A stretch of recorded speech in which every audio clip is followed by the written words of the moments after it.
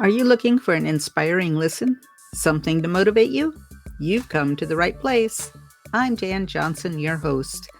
Welcome to Women of the Northwest, where we have conversations with ordinary women leading extraordinary lives. Women telling their stories and sharing their passions. Motivating, inspiring, compelling. Welcome to Just Talking About Jesus. This is my son, Kyle Ray, who is joining me today to talk about scams, because having been scammed in a major way this year, I thought we need to have an episode about that just for people to know some things, get some information, and be able to protect themselves. And if it happens to you, to know that you've been a victim, but you don't have to feel shame as I did when it happened. So welcome, Kyle. Thank you. Thanks for having me. Actually, I invited Kyle on today because I didn't want him to feel jealous that his sister had been on the podcast twice now, and he'd never been invited yet. I get to come on the scams one. This is amazing. Something that we're both interested in, both have dealt with. Okay, so first of all, I will be including some recordings that I did with my sister-in-law, Kay, and my brother, Dale, from a couple of scams that they had been involved in as well. But what happened to me was in July, I had a couple of deadlines coming up.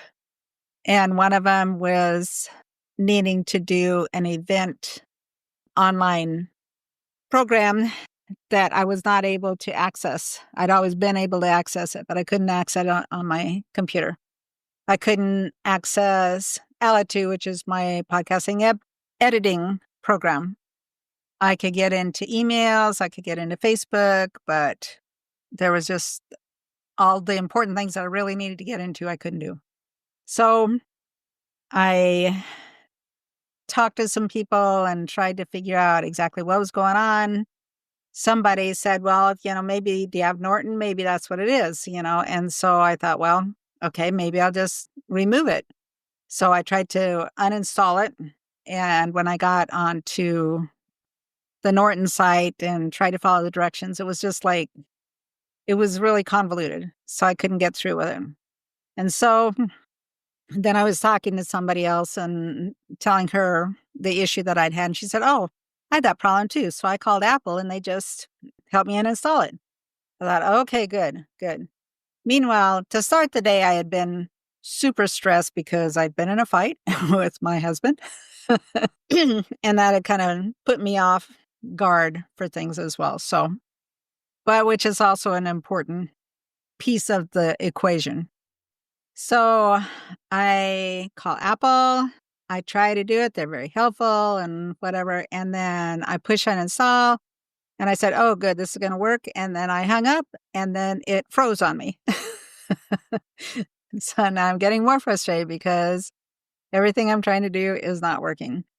So I thought, okay, fine. I'm going to call Norton directly and their service and have them help me uninstall it.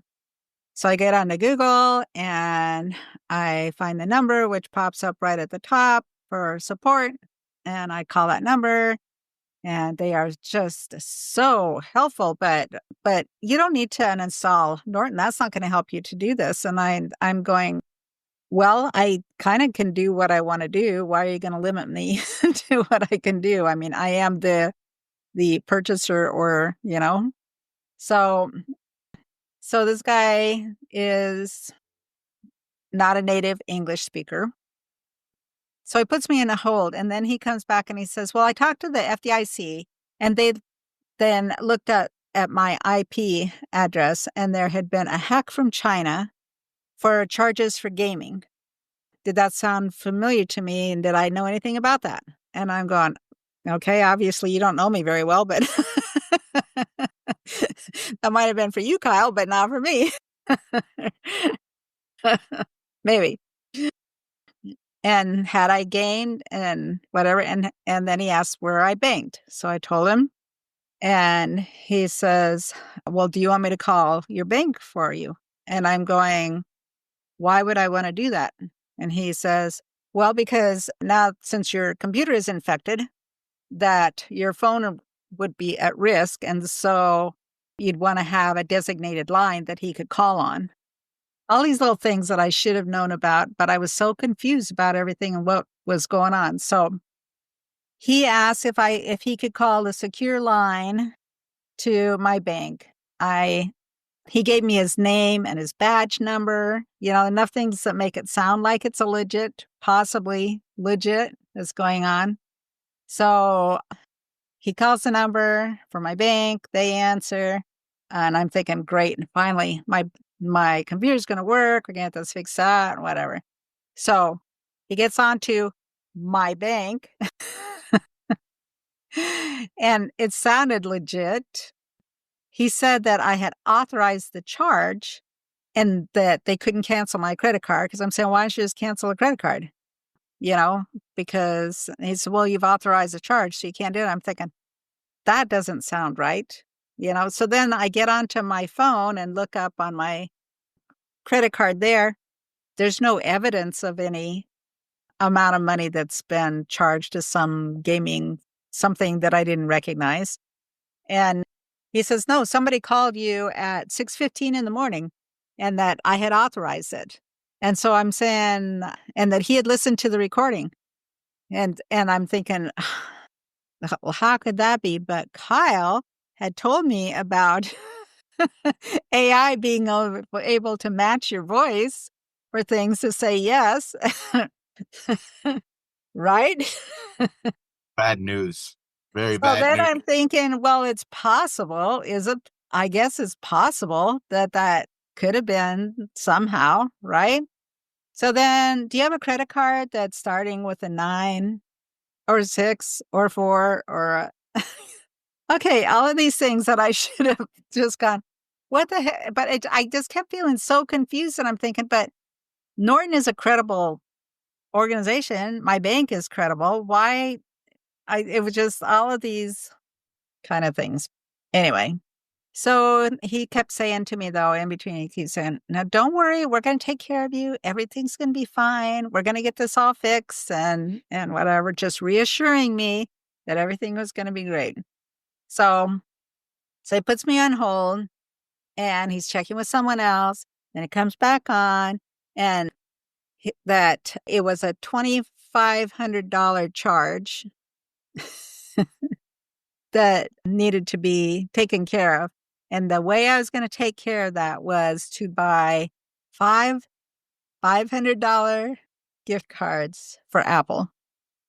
The thing that is just astounds me is that in this whole thing, I mean, this isn't anything I would do. None of this it's just like when it was all done and over, I couldn't even believe that I'd done it because it was just it was almost like I was in a fog, like I was been hypnotized or something, now you're going to do this. Now you're going to do this. So I'm saying, why do I want to buy gift cards? How is that going to take care of a credit card charge? And he's saying, well, because you're going to buy them. And then tomorrow morning, the policeman is going to come to your house and they're going to take care of the rest. I'm thinking, none of that makes sense to me. How's like a real policeman is going to come? Yeah, that's how that's going to work. And then, they're going to take care of that. There's so many things about it just that did not make sense. And yet I'm thinking, well, how is this? Okay. And he keeps assuring me, no, this is what's supposed to happen. So I said, well, it's going to take me a half hour to get to town to be able to buy any gift cards because no place close by me. Oh, that's okay. Just stay on the phone, though. Stay on the phone the whole time. And so I go to Safeway. I can only buy one gift card there because they're used to watching out for scams. The clerk leans over and I've got my phone on. I set it on the little counter there. And she leans into me and she says, are you being coerced to buy cards? And I said, no, because I'm thinking in my mind, coerced, nobody's, got me on an arm lock to say to say, you have to do this. They're not saying that. They're just telling me to buy them. I'm not, if she had said something that was like, is someone asking you to buy credit cards to some kind of gift card in order to pay off something, that would have triggered me, but that wasn't what she said. And, that verbiage just didn't hit me. I'm thinking, I don't know. And I'm feeling like, well, that's what he told me. He said, if somebody asks you what you're buying them for, then tell them that it's for a family member. Yeah. Which is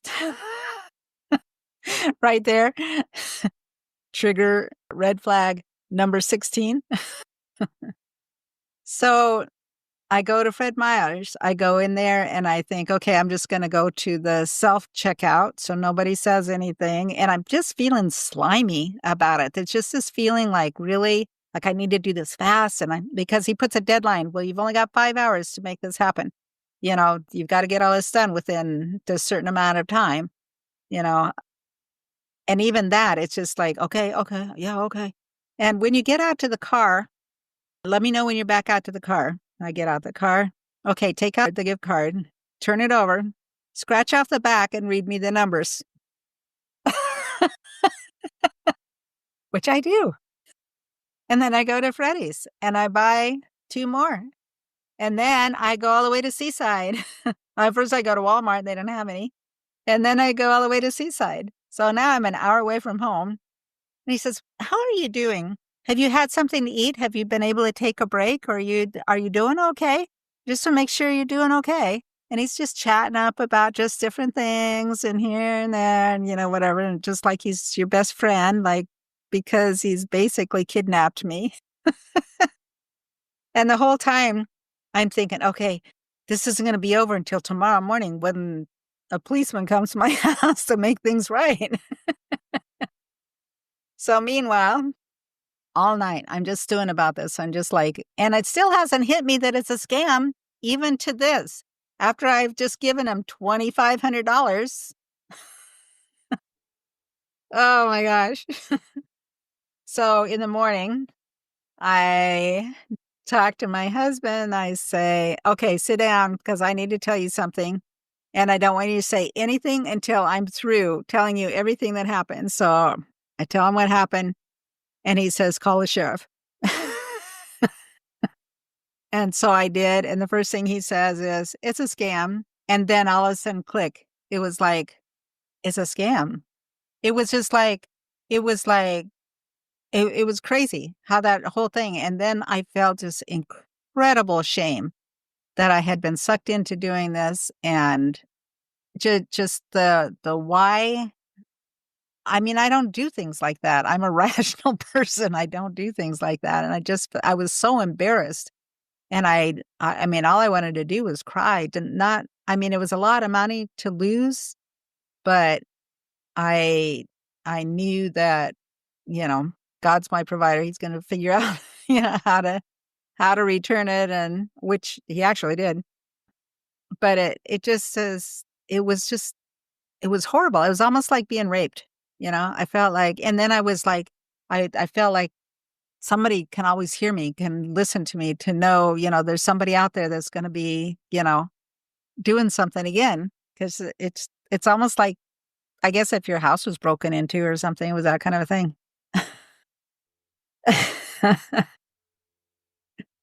So, Kyle, you've been scammed. As you were saying the story, I pulled up 5 different experiences straight in my head right away. I'm like, oh, well, here's a way you could get scammed. Well, first, to touch on your story, first key rule of not being scammed is if it seems too good to be true, it usually isn't. But that's a pretty general quote. Like sometimes there is good deals out there, and But this was that I didn't feel like this that. isn't really like a deal type of That wasn't scam. like that. Yeah, it wasn't like that type of thing. This is more like, well, living in the big city for so long, it's you come in here naive from a small town where everybody kind of trusts each other, and then people read that energy, and then you're like an easy target. So, in the first 3, 4 years of a big city, you just get scammed left and right and left and right until it's like, oh, wow, my defense mechanism needs to now be I can't trust anybody.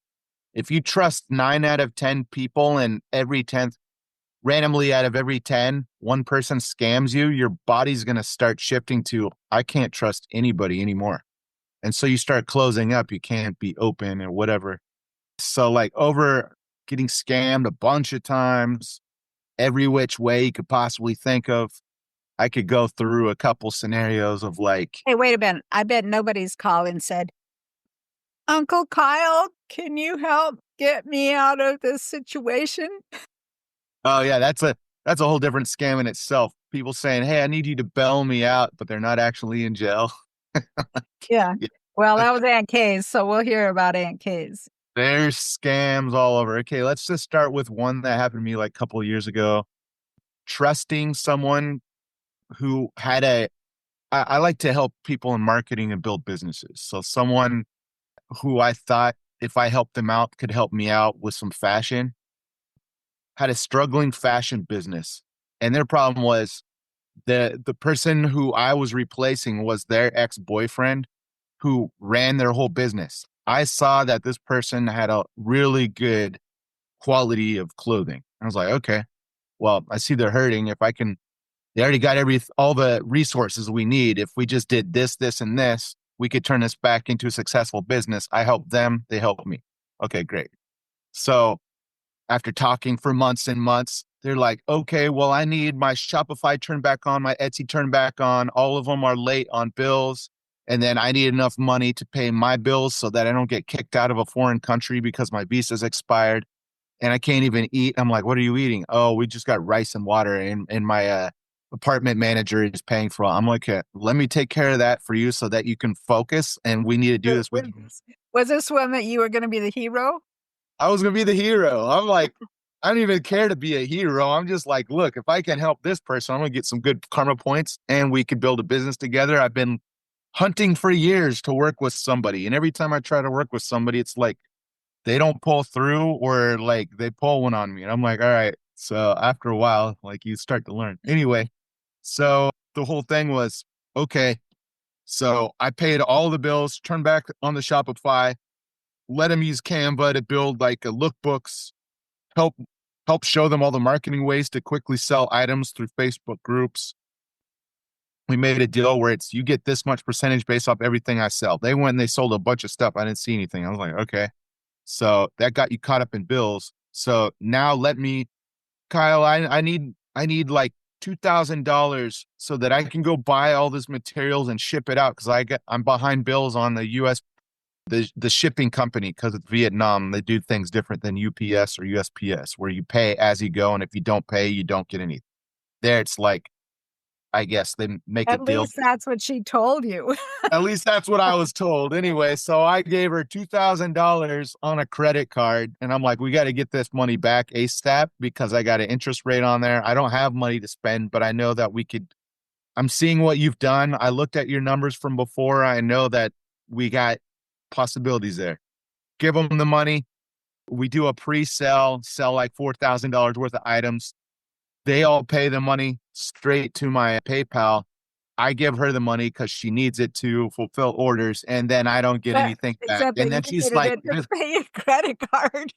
yeah, on my credit card where I have to pay it back. And she's like, this isn't going to work out anymore. You said this and you did that. I'm like, what are you even talking about? Oh, you're lying about this person and that person. I can't be around people who are lying. I'm like, what are you even talking about? And she made up a lie that had nothing to do with anything and then blocked me. And I'm like, you got to pay me back.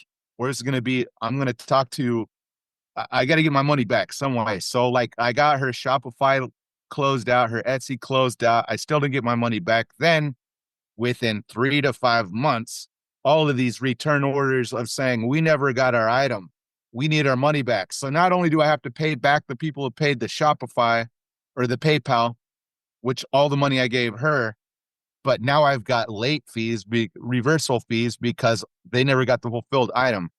How could all this have been avoided if I sent because I sent her money through PayPal friends and family to maximize her dollar. If I would have just sent it as PayPal business and took the fee, I could have reversed it all and I got everything back. So the learning is number one, you got to try to meet people if you're going to do business, and you got to have some sort of trust equity. The second thing is, if you're going to use PayPal and you're doing anything with business other than sending money to your friends and family, just pay the 3% fee. Otherwise, it could end up costing you thousands, which it took me almost half a year to get caught back up just from that alone. So that's one scam. That's just one out of the many. That one hurt. That one hurt because, like, I was already trying to take care of my own business and other things, my own bills, and then adding that on top of it just compounds the now I have to get out of two situations, and they're going to send me to collections, and it's going to affect my credit, which was already trying to build the credit score up, and now this is really affecting my credit. So it's like you can compound backwards just by trying to be a good Samaritan. If you just trust your gut from the beginning, the gut's usually right. So it's like there's always going to be an opportunity. Everything in the world is pretty much bought and sold. So if this one doesn't work out, don't worry. Don't be impulsive. Just move on to the next thing. Say, okay, I'll just take the small loss rather than the big everything loss, and just be like, okay, this is not working out. Put the foot down and move on. Like that's Well, one way to deal with that situation. even when you said that, trust in your gut, when I left Freddie's, I I just felt like this is just something is wrong. Something is just really wrong here with this thing. And I thought I should just call the sheriff just to double check. You know, if they're going to be the ones coming to the house, I should be calling them, right? But did I do it?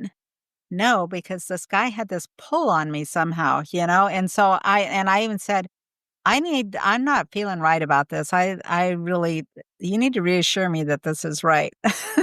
Like, oh, don't worry about a thing. We've got you. We're going to make all this right. Everything's just going to be, hunky dory. And even though I knew at that point where I wasn't feeling, it was just like, yeah, listening to your gut and just seeing anything that doesn't seem right.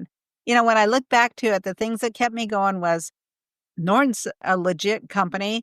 My bank is a legit company, why?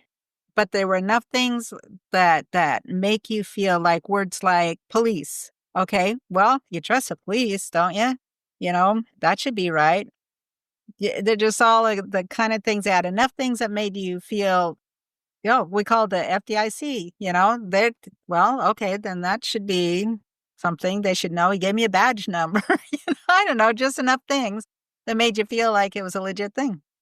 With AI nowadays too, they can ask AI, how do I make a business model, say steps 1, 2, 3, and the only twist is the kind of BSing their whole way through it. But now they have a whole sales document formula that they can go off of, and then they're just playing off the emotion of whatever the person is, Yeah. constantly feeding you new stories. But here's the thing, when someone lies about something, if it's not rehearsed over and over and over, this seems like you went through a very rehearsed scenario. But if it's not rehearsed, you constantly repeat what they just told you and try to see if they're giving you the exact same story, or if they said this like 20 minutes ago and you come right back to that again and they forget what they said, you're going to find a hole in what they're saying. And then it's like, oh, okay. So I'd say, like, one of the things, how to avoid what you went through, probably the first thing, like, I get spam calls all the time, and the national do not call registry really doesn't do anything. So I do it every year. And like, it cuts off a few of them, but no, I don't know. Constantly now, all of these data breaches, how you keep on getting these emails or texts, this got data breach, change your password ASAP. I've already gotten 4 of those, and it's only the first month. Just got through the first month. I've already got 4 messages saying, hey, data breach this, data breach that. I'm like, okay, so when they're data breaching, they're selling your data to third parties. They're making money off the data. And then all of a sudden, that's why your spam calls and your spam emails. So first thing I do when I answer a call and I don't know who it is I don't give them my name. I just say, hello, how can I help you? And then if it takes 3 seconds for them to reply, usually I just hang up. I'm not even going to play the game. Just like, okay, if you're calling me out of intention, you would be there ready to respond within 3 seconds. Okay, no, click. If they make it 3 seconds and they say, "Hi, is Kyle Rhea there?" I'm like, "Who's Click. asking?" I don't confirm or deny. Who's asking? Make them give me all the details about who they are and what they're selling or whatever. Because sometimes it's solar energy or whatever. I don't want anything. And it's like, I don't need to be sold anything. I'm a very independent person. And if I want something, I'm resourceful. I'll go figure out how to get it. I don't need anybody to randomly sell me anything, even if it's a once in a lifetime deal. The city is giving out free energy panels or something. No, they're not. You're like, you're using some sort of false system. Like someone came last year to sell us energy panels. They're like, we'll give you a free tank, hot hot water tank. It's more efficient. It's a 30-year deal and it's going to save you this much money over time. I'm like, yeah, but we have to pay you for 30 years. What if we don't even want the house in 5 years? Well, then it moves to the next person. I'm like, okay, so that makes it harder to sell the house. And it's like, yeah, but you have to get solar panels and the water heater to make it efficient. I'm like, no, I didn't ask for any of this in the first place. So, like, no, I'm good. Yeah. The second thing would be, okay, so it sounds legit on the phone and you've confirmed, yes, okay, this is Kyle, who's because you've already accepted that what they're selling you seems legit. Okay, let me hear you out. And they just go on and on and on. If they don't ask you questions or it sounds like a generic question, you don't care about me. You're just trying to make a conversion. I can't stand salespeople. Like, if I'm going to get sold something, it's because I asked you to sell me something, not because you're going to spam call me to sell me something. So I just say something like that, just get off the phone ASAP, just not interested, click. And they won't call back. And if you don't like the phone number, block it immediately so they don't have a chance to get back at you again. That's what I do. Like, while we've had this conversation, I literally just got a spam call on my phone. Literally, as we're having this conversation. So, And the third thing I want to say is, like you said, Norton. I use Mac. I've never noticed Norton was on Mac, only on a PC. So that to me is a red flag. But if you're not a techie, you probably wouldn't know that. So if you're getting emails, the biggest thing to do, if it seems legit, like Facebook, hey, if you don't do this within 3 days, we're going to ban your Facebook. I've gotten that a lot of times. I got a Best Buy, a Home Depot, all these things saying, hey, you got to do this ASAP. The first thing I do is check who the sender is. Or if I can't see the email, I'll hit reply and see who it replies to. If it's not an official at homedepot.com, which is their official email, then it's BS. It might say George Santos at gmail.com, but it says Home Depot in, you know, the base of the email and it looks legit. Like, your first thing is like, it's not from the official email, don't touch it. That's what I do immediately. yeah. Those 2 ways to avoid potentially being in a situation that you're in. Yeah. And I think here's some of the typical tactics are only so many people can get this, you're qualified. You're one of the few that's qualified, or you're lucky, or don't miss out on this fantastic opportunity. It's guaranteed. There's a time frame, usually the urgency, just like they did with me, or a fear tactic of something's going to happen if you don't, or even a threat of something. Or I can help you solve this problem. No Art worries. of War is a book about military tactics, which they also use in marketing. These are people without any ethics at all. Mhm. So Mhm. they'll learn everything. White hat is ethical marketing. Black hat is unethical marketing, like spam emailing, which is illegal these days. That's why on all websites it has cookies down below. So a cookie is essentially saving your data. And a lot of people were taking that data and then selling it to third parties, and then you're getting random emails. That's now federally illegal. Well, who knows anymore? But yeah, so things like that. Phishing also. Phishing is where you click on a link and it gives them full access to all the data in your computer, especially if you have to log in. It's going to pull your passwords. I mean, I'm not trying to make you paranoid or anything, but like, there's a new scam every year, every month. You just got to have your defense up when it comes to anything technology related. to be honest. Yeah. Well, another thing that, after all this was done, just the whole idea that they say, don't hang up. Because had I hung up, as soon as I did hang up, Okay. I had 15 notices from my bank saying, "This looks like a scam. Are you sure this isn't a scam? You bought another gift card. Are you sure this isn't a scam?" If I'd have hung up, I would have seen those and the end of story, you know, would have been there. But when they've got you tied up to your phone, and you're not calling anybody in between, if you hang up, you might lose your help that you're going to get. And so, like, if I'd have hung up to call my husband or call somebody, Kyle, who's knowledgeable, Gotcha. anybody in between, then that wouldn't have, then that would have dropped there right there, So that, and they sound professional, enough. False promises of prizes of rewards, and then they never come through, right? Two And things that I was gonna say based off of what you were just mentioning. One tactic, like not everybody wants to do this, so not everybody can. But if you're gonna make any payments, make it through a credit card because you can always do fraud protection through your credit card. Like they'll always protect you. I've already used it 4 times last year. That's how I got at some of those Shopify money and Etsy money back from that one scammer. Is because I did it through a credit card. If I'd done it through my debit card, they'd be like, "You're out of luck, buddy." yeah, Second, second thing is if anybody mentions getting any gift cards over a phone, never, ever, ever do it because gift cards can't be tracked. right. Or if they say crypto, once you send crypto, you can't do it.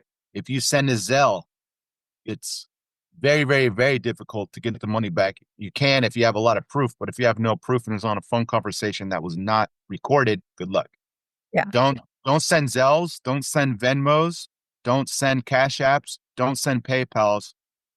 The only way to really get through it is by doing it through business. You'd have to send it through business. If they say send friends and family, like selling comic books and sports cards through Facebook, oh, I can't do it because my PayPal account doesn't accept business. Yes, it does. If it doesn't, I'm not sending you anything.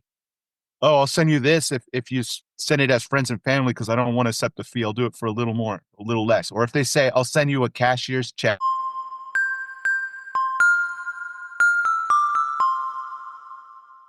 So, Kyle, we've talked about this before where sometimes somebody might call and they might be asking you certain questions and they're really they're asking you specific questions that have a yes or a no answer to them. Talk about that a little bit. So when I moved to LA, 2005, I think it was probably like 2007. This was way before AI. I just remember being on my lunch break and someone calling me and telling me, hey, you have all this debt. We're taking you to court. And then all these other different things that were like, had something to do with my social security number and all this credit that I had built up with credit cards I never applied for and something to do with my like ID. And I'm like, wait, what's going on here?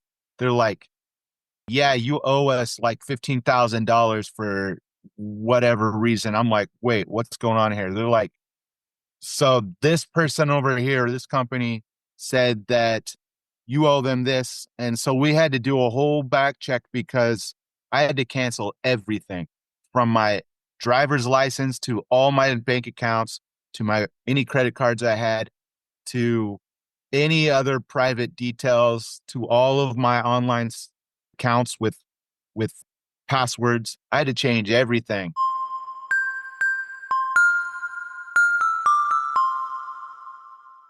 So, Kay, you got scammed. Tell me about that. Well, we were sitting watching some TV in the evening, and I got a phone call, and it sounded like this. Graham, I've been in a car accident, and I'm in jail here in Phoenix, and I need help. They're going to arrest me, and I need bail money, and I only have to come up with $3,500, and I can't do it. But don't call Mom and tell her. That's what it sounded like. And it really sucked me in because my grandchildren actually call me Graham. They do not call me Grandma. They call me Graham. And I have a grandson named Daniel who has been in and out of jail with problems with drugs. Praise God. He's went through an extreme rehab situation and is now one of the counselors. And so there's redemption and all that. But I bought it, or was buying it, because of the background and how they knew that I had a grandson named Daniel and called Dan, and how he called me Graham. I have no idea. Still have no idea. So I guess somehow I had the wits to put it on speaker, and my husband was there and started listening with me. And he wanted me to call his lawyer and arrange to have the money transferred to this lawyer. Yeah, the man, the fake grandson wanted me to call his lawyer and give him the money to take care of this. And we just it just didn't feel right. It was so odd. And yet there was so many facts that were kind of not adding up. And the conversation went on for quite a while, and he was so desperate, and he was injured, and on, right?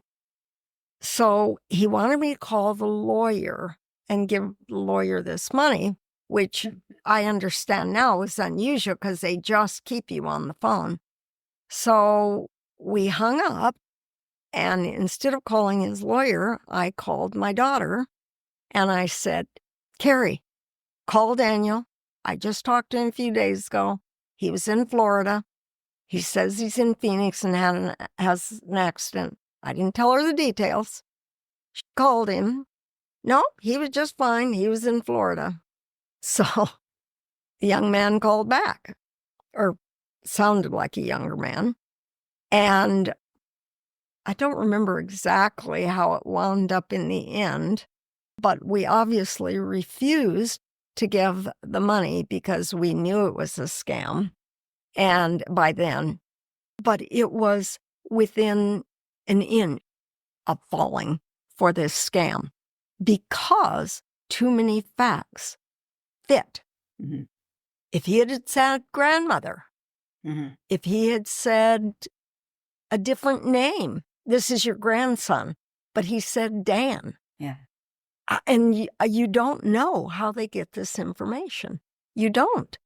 And because Dale was there and listening, we were able to call my daughter and start getting some facts before we got suckered in any farther, which we had pretty much decided, even if it was Daniel, we weren't going to give him the money because he'd had too many scrapes with the law and it was time to pay the piper. But the vulnerability of it just shook me because I was really beginning to believe that this was my grandson. Anyway, we narrowly escaped that one. My husband, thank God, was there. And we had one other incident, and I'm going to let my husband tell you about that one. So what happened with that one? We went to a trade show. It was a business opportunity trade show. And I was in a position with my job where I was dissatisfied and wanted to look for new opportunities. And there was opportunity presented where you could have, this was before cell phones were everywhere, but it was a mobile phone with a printer on it. And so it was in essence, it was a portable payphone that you could generate revenue from because you got so much return on the minutes that they used the phone. So you were charging them, I don't know, $1 a minute, for example, and you got half of that or something. I don't know what the numbers are now, and they guaranteed you a territory. And so you had your own territory.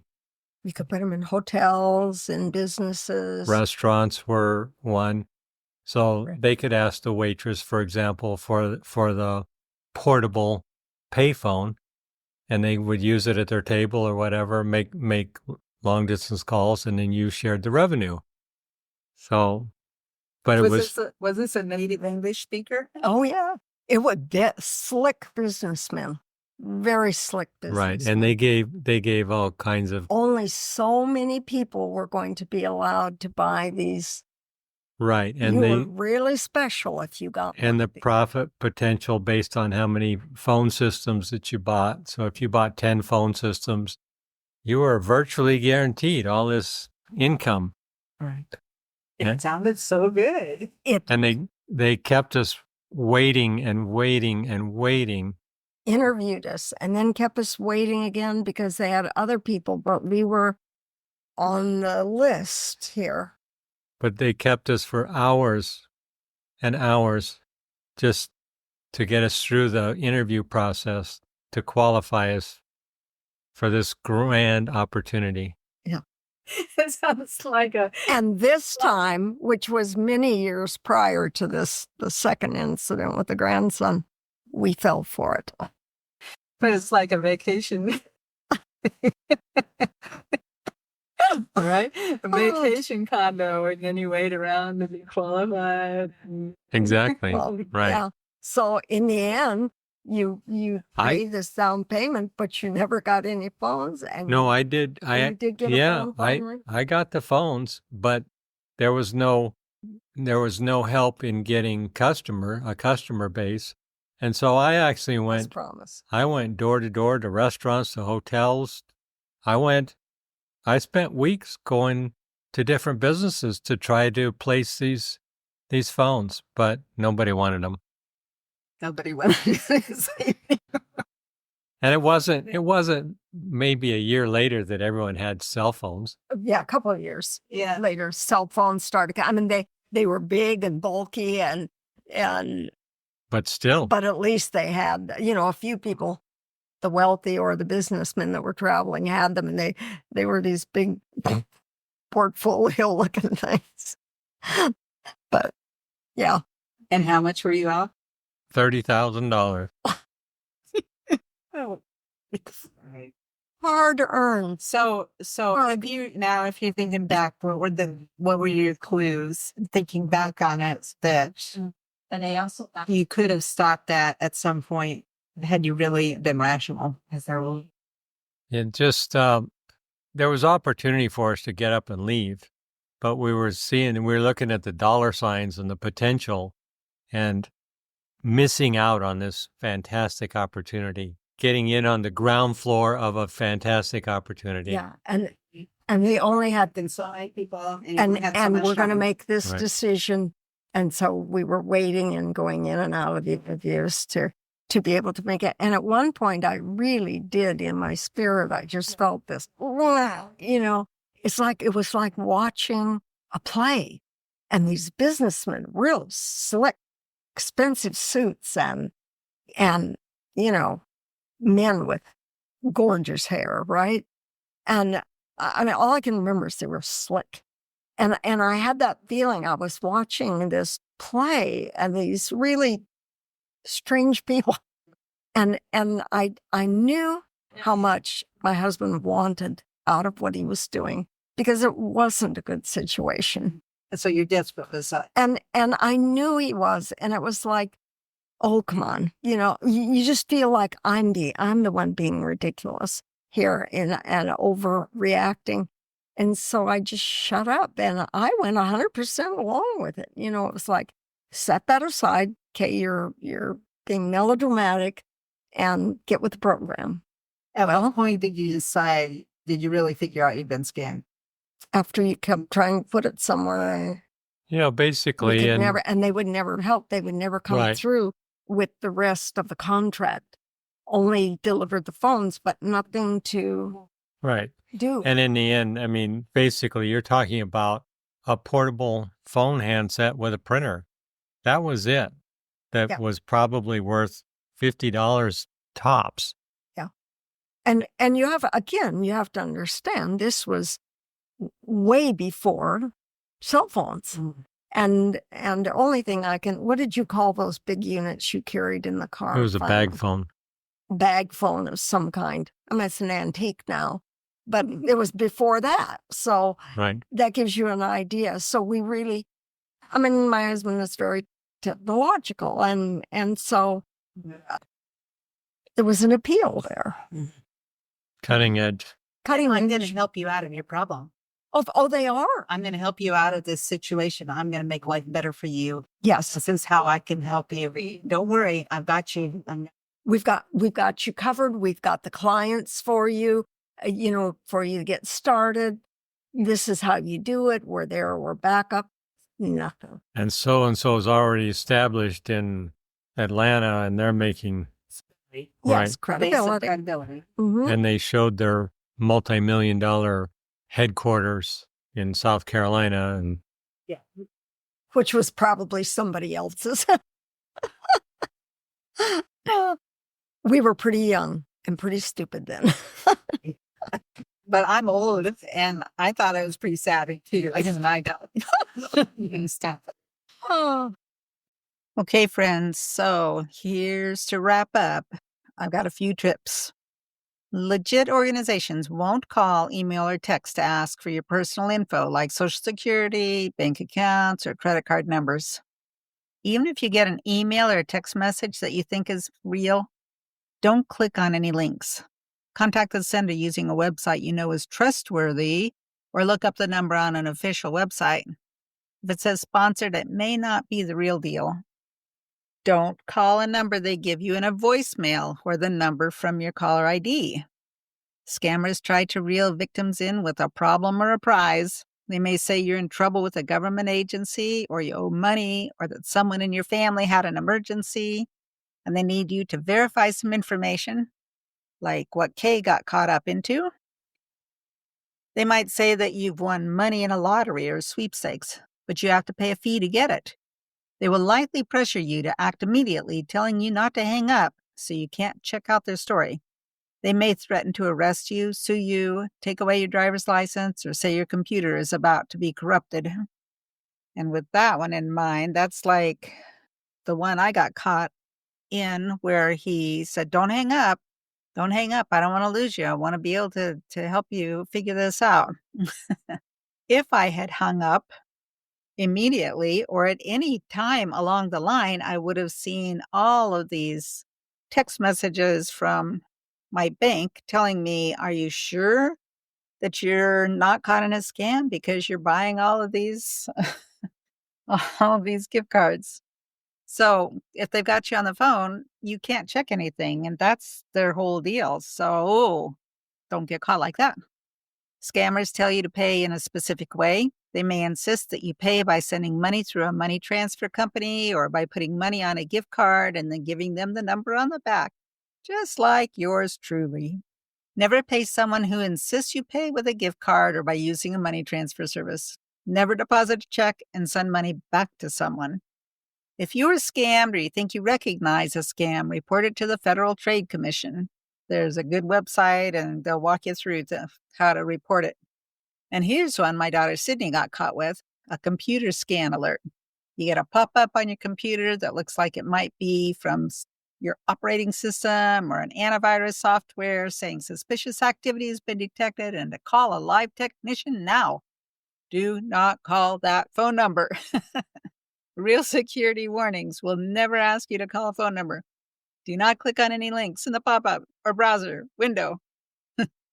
Okay, that's enough for now.